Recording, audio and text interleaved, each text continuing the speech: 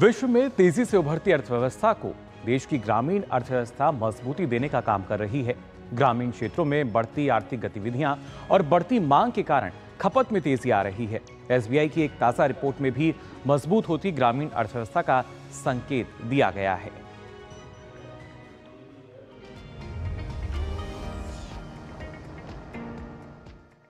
देश के विकास में ग्रामीण अर्थव्यवस्था की अहम भूमिका है।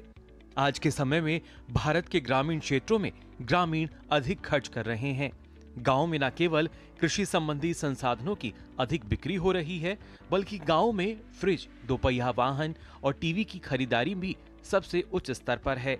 ऐसे में बाजारों में बढ़ती मांग से ग्रामीण अर्थव्यवस्था मजबूत होती नजर आ रही है। साथ ही बढ़ते हुए कृषि उत्पादन और बढ़ती मांग के कारण निजी खपत में भी तेजी आ रही है। तो वहीं इस साल बेहतर मानसून से भी ग्रामीण इलाकों में खपत बढ़ने का अनुमान है। वहीं एसबीआई की एक रिपोर्ट के अनुसार भी ग्रामीण अर्थव्यवस्था में मजबूती के संकेत नजर आ रहे हैं। एसबीआई का मानना है कि इस साल जनवरी से मार्च के दौरान वैश्विक स्तर पर भी महंगाई में कमी आई है और वैश्विक जीडीपी में मजबूती आ रही है। अंतर्राष्ट्रीय मुद्रा कोष यानी आईएमएफ ने वर्ष 2024 और 2025 में वैश्विक विकास दर 3.2% रहने का अनुमान लगाया है, जो पिछले साल से अधिक है। आरबीआई ने चालू वित्त वर्ष 2024 और 25 की पहली तिमाही यानी अप्रैल से जून में जीडीपी विकास दर 7.5%, तो पूरे वित्त वर्ष में 7% की विकास दर रहने का अनुमान जताया है। आरबीआई ने वित्त वर्ष 2023 और 24 की आखिरी तिमाही यानी जनवरी से मार्च की विकास दर 7.3% रहने का अनुमान लगाया है, जबकि एसबीआई ने इस अवधि में विकास दर 7.4% रहने का अनुमान जताया है। इस बढ़ोतरी से वित्त वर्ष 2023 और 24 की विकास दर 8% के स्तर को छू सकती है। एसबीआई की रिपोर्ट के अनुसार इस साल जनवरी से यात्री वाहन बिक्री, हवाई यात्रियों की संख्या, जीएसटी संग्रह, क्रेडिट कार्ड ट्रांजैक्शन, पेट्रोलियम खपत, टोल संग्रह जैसी विभिन्न आर्थिक गतिविधियों में लगातार बढ़ोतरी हो रही है। डीजल खपत के साथ दोपहिया वाहनों की बिक्री में बढ़ोतरी ग्रामीण अर्थव्यवस्था की मजबूती को दर्शा रहा है। Bureau report, DD news.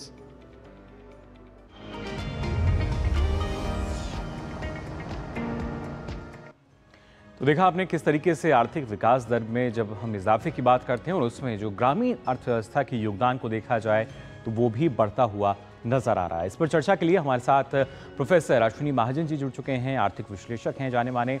Ashwini ji, बहुत बहुत स्वागत आपका इकोनॉमी टुडे में। सबसे पहले आपसे जानना चाहेंगे, जब ग्रामीण अर्थव्यवस्था की हम बात करते हैं, किस तरीके से आपने इसमें बदलाव देखा है? देश की अर्थव्यवस्था में तो हम सभी जान रहे हैं कितना आमूलचूल जो परिवर्तन है वो देखे हैं, लेकिन जो ग्रामीण अर्थव्यवस्था है, ग्रामीण क्षेत्र हैं, वहां पे किस तरीके से मजबूती नजर आ रही है?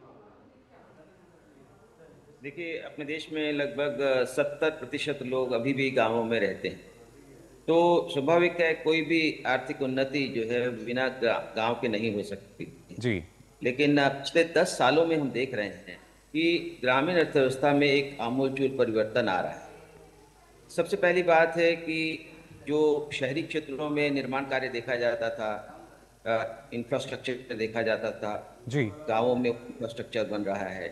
शहरों में घर बनते थे, लेकिन गांवों में घरों के बनने की जो गति थी वो बहुत कम थी। गांवों में 3 करोड़ घर बने हैं पिछले कुछ सालों में, जिसमें ऐसा माना जा रहा है कि लगभग 16-17 लाख करोड़ रुपया केवल गांवों के घरों में उसका इस्तेमाल हो रहा है। जी। इतनी बड़ी मात्रा में जब हम देखते हैं कि ग्रामीण अर्थव्यवस्था इतने फंड्स इन्फ्यूज हुए हैं, उसके कारण बहुत बड़ी एक बदलाव जो है वो हम देख सकते हैं। जी। तो हम ये देख रहे हैं कि केवल घरों के निर्माण का 16-17 लाख करोड़ रुपया बहुत बड़ी अमाउंट है ग्रामीण क्षेत्र के उसके लिए। दूसरी बात हम देख रहे हैं कि गांवों में छोटे उद्योग बहुत पनप रहे हैं। जी। ये जो आत्मनिर्भर भारत है, one district one product programme है, बाकी सब चीजें हैं। अर्थव्यवस्था में इस ग्रामीण अर्थव्यवस्था में इस प्रकार का जो बदलाव है जी, वो बहुत ही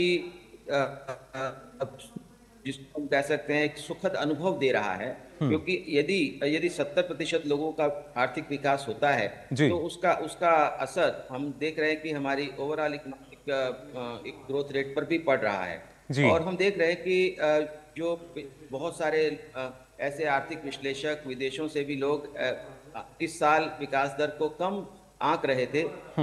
एसबीआई के इस जो विकास दर की अनुमान के आने के बाद मुझे लगता है कि उनको अपने सोच में बदलाव करने की आवश्यकता होगी, क्योंकि आप ये देखिए कि पिछले साल के जो अच्छे नतीजे हैं जी। और उसके साथ ही साथ जो हमारा ट्विन डेफिसिट कम हो रहा है, यानी अब आप ये देखिए कि पिछले 3 महीनों में जो अंतिम जो 3 महीने थे जी। पिछले वित्त वर्ष के, जी। उसमें उसमें हमारा जो बैलेंस ऑफ पेमेंट जिसको डेफिसिट कहते थे, अब सरप्लस में चला गया है। जी। उधर उधर जनवरी से मार्च के दौरान। हाँ, जी। ये जनवरी से मार्च के दौरान जी। इस बार सरप्लस में चला गया है। और केवल इतना ही नहीं है कि हमारा जो दूसरा डेफिसिट है, इसको फिस्कल डेफिसिट कहते हैं, जी। वो भी बहुत कंट्रोल में है, जिसके कारण इन्फ्लेशन कंट्रोल में है। आज हम देखते हैं कि पिछले साल की उस 22-23 की तुलना में 23-24 में हमने करीब करीब 18 बिलियन डॉलर सस्ता तेल खरीदा। जी। तो बल्कि उससे भी ज्यादा 25 बिलियन डॉलर तेल सस्ता खरीदा। और बहुत आवक भी आ रही है फॉरेन एक्सचेंज की, वो भी बहुत ज्यादा आ रही है। रुपया भी स्टेबल हो रहा है। पिछले जी। पिछले 2 महीनों में रुपया जो है वो 37 पैसे बढ़ गया है। जी। यानी लगभग 0.44% की इसमें वृद्धि हुई है रुपए जी। की वैल्यू में। आप समझते हैं कि पहले रुपया डिवैल्यू करता रहता था, अभी रुपया जो है रिवैल्यू कर रहा है। तो जी। ऐसे सब चीजें जो हैं वो अर्थव्यवस्था की एक जिसको हम स्ट्रेंथ को दर्शा रहे हैं। जी और बिल्कुल। इस स्ट्रेंथ के बल पे हम बहुत आसानी से, मुझे लगता है कि ये जो ग्रोथ रेट के आंकड़े आ रहे हैं जी। बहुत सही हैं और इसको हम अचीव कर सकेंगे। जी, विकास दर तो लगातार बढ़ ही रही है और इस वजह से लगातार जो तमाम अलग अलग संस्थाएं हैं उन्हें बदलाव भी करना पड़ रहा है अपने पूर्वानुमानों में। लेकिन जब हम ग्रामीण अर्थव्यवस्था की बात करते हैं, और शुरुआत में आपने भी कहा कि जो विकास का रास्ता है वो गांव से होकर गुजरता है, और उसी के बदौलत अब जो विकास है वो हमें गांव में नजर आता है। सरकार की नीतियों की खास तौर से बात की जाए, या इसके अलावा आज के समय में हम कहते हैं कि जो परचेजिंग पावर है वो आम आदमी का बढ़ा है, ना सिर्फ शहरी तबके में बल्कि ग्रामीण क्षेत्रों में भी। हम देखते हैं किस तरीके से इलेक्ट्रॉनिक इक्विपमेंट की बात की जाए, ऑटोमोबाइल सेक्टर की बात की जाए, ये इसमें एक इजाफा जो है वो लगातार हमें नजर आता है। इसकी बदौलत अगर देखा जाए तो आने वाले समय में जो तेजी है, क्या वो और ज्यादा नजर आएगी? ये सब अच्छे इंडिकेटर्स हैं। जो ग्रामीण क्षेत्रों में जो परचेजिंग पावर बढ़ी है, ज़्यादा टेलीविज़न, ज़्यादा दोपहिया वाहन, इस प्रकार से जो खरीदने की गति बढ़ी है, वो वास्तव में एक सुखद अनुभव दे रही है। और मुझे लगता है कि गांवों में बढ़ती हुई आमदनी जी। और गांवों में होता हुआ निवेश, जी। इसके अलावा अब आप ये देखिए ग्रामीण सड़कें बन रही हैं, गांवों में लोगों को एलपीजी कनेक्शन मिल रहे हैं, गांवों में बिजली पहुंच रही है, पानी पहुंच रहा है। ऐसी तमाम जो सुविधाएं हैं जो शहरों में हैं, जी। तो इसलिए गांवों में आर्थिक गतिविधियां बेहतर हो रही हैं। जो सबसे बड़ी बात है ट्रांजैक्शन कॉस्ट की, जी। लोगों को बैंक की सुविधा नहीं होती थी, आज ऑनलाइन ट्रांजैक्शंस हो रही हैं। और ग्रामीण क्षेत्रों में मैं देख रहा हूँ कि ज्यादा ऑनलाइन ट्रांजैक्शंस हो रही हैं। तो इस जी। प्रकार से जो लॉजिस्टिक कॉस्ट है वो भी कम हो रही है। तो मुझे ऐसा लगता है कि गांव जो हैं अब आगे आने वाले समय में एक हमारे विकास के केंद्र बनेंगे। केवल शहरों में ही विकास नहीं होगा, गांव में भी होगा, क्योंकि टेक्नोलॉजी ये संभव कर रही है कि जो चीज शहरों में हो सकती है वो अब गांवों में हो सकती है। तो इसलिए मुझे लगता है कि ये जो अभी आंकड़े आए हैं ये एक शुरुआत है ग्रामीण क्षेत्रों में जो बेहतर होती स्थिति की। आगे चल करके हम देखेंगे, क्योंकि गांवों और शहरों की आमदनी में बहुत बड़ा अंतर है। उस अंतर को पाटने से ही हम केवल हम पाटेंगे, उसके कारण ही हमारी जो ग्रोथ रेट है वो आप अभी 7.4% 5% की बात कर रहे हैं, कहीं 10% तक भी पहुंच सकती है। जी बिल्कुल। लेकिन अगर इस ग्रोथ में हम खासतौर से ग्रामीण क्षेत्रों में महिलाओं की बात करें, जो महिलाएं ग्रामीण क्षेत्रों से आती हैं, आत्मनिर्भरता जो है वहाँ भी झलकती है। फिर चाहे सेल्फ हेल्प ग्रुप की हम बात करें, जो तमाम योजनाओं का फ़ायदा लेकर जो महिलाएं हैं, देश की आधी आबादी की लगातार जब हम बात करते हैं, उनको जो मौके दिए जा रहे हैं, उसको किस तरीके से आप देखते हैं इस विकास के लिए? देखिए, इस सरकार के अंदर मैं खास तौर पर देख रहा हूँ कि जो महिलाओं के विकास पर ज़्यादा ध्यान दिया जा रहा है।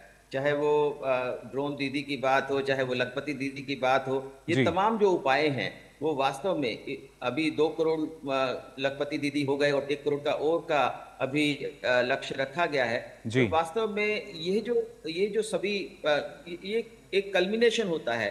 बहुत सारे जो प्रयास चल रहे होते हैं उनका उनका सम्मिलित रूप हमें देखने को मिलता है। तो आज गांवों में जो महिलाएं हैं उनके अंदर आत्मविश्वास भी बढ़ा है। वो जी। टेक्नोलॉजी का भी इस्तेमाल करने लगी हैं। हम्म। और मैं समझता हूं कि महिलाओं की भूमिका विकास में पुरुषों से ज्यादा होती है, क्योंकि जी। पुरुष तो काम कर रहे हैं, महिलाएं एक जो आधी जिसको हम आबादी कहते हैं, अगर ये आधी आबादी पूरे जोशो खरोश से इस काम को करने लगे।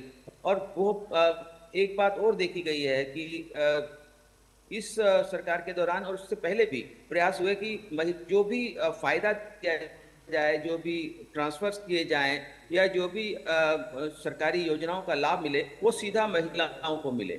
जी। तो महिलाओं को जो घर बनाए जा रहे हैं उनकी ओनरशिप भी महिलाओं को दी जा रही है। बाकी तमाम एलपीजी कनेक्शन की ओनरशिप भी महिलाओं को दी जा रही है। जो सेल्फ हेल्प ग्रुप्स हैं वो तो एक्सक्लूसिवली महिलाओं के लिए हैं। ऐसे तमाम प्रकार के जो प्रयास जो महिला केंद्रित हैं वो इस विकास को और आगे बढ़ाने का काम कर रहे हैं।